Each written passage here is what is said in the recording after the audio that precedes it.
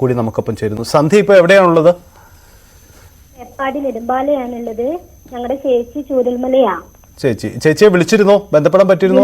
ബന്ധപ്പെടാൻ പറ്റിയിട്ടില്ല. Phone switch off ആണ്. അവിടെ ഇന്നലെ തന്നെ കറണ്ട് പോയിട്ടുണ്ട് ആ മേഖലയിലൊക്കെ. അതുകൊണ്ടാവാം ഒരുപക്ഷെ അവർ സുരക്ഷിതരാവും. എന്തായാലും അവർ താമസിക്കുന്ന മേഖലയിൽ അപകടം ഉണ്ടായിട്ടുണ്ടോ? അപകടം ഉണ്ട്. അവരുടെ വീടൊക്കെ പോയി എന്നാ കേട്ടത്. എത്ര പേരാണ് വീട്ടിലുള്ളത്? അവര് 3 പേരേ ഉള്ളത്. അവര് 3 പേരാണ് ഉള്ളത്. എപ്പോഴാണ് അവസാനം അവരെ വിളിച്ചത്? എപ്പോഴാണ് അവസാനം വിളിച്ചത്? ഒരു 9:30 ആയപ്പോ, രാത്രി 9:30 ആയപ്പോഴാണ് വിളിച്ചത്. അപ്പൊ മഴയുണ്ടായിരുന്നൊക്കെ പറഞ്ഞോ? മഴയുണ്ടായിരുന്നു, നല്ല മഴയായിരുന്നു എന്നാ പറഞ്ഞേ. അതിനുശേഷം ഈ അപകട വാർത്ത അറിഞ്ഞു കഴിഞ്ഞപ്പോഴാണ് പിന്നെ വിളിക്കുമ്പോ ഒരു വിവരവുമില്ല അല്ലെ? വിവരമില്ല, ഫോൺ എടുക്കുന്നില്ല. അടുത്തുള്ള അയൽവാസികളെയോ അങ്ങനെ ആരെയും ബന്ധപ്പെടാൻ ശ്രമിക്കുന്നില്ല? ആരെയും നമുക്ക് ബന്ധപ്പെടാൻ പറ്റുന്നില്ല. ആരും ഫോൺ എടുക്കുന്നില്ല.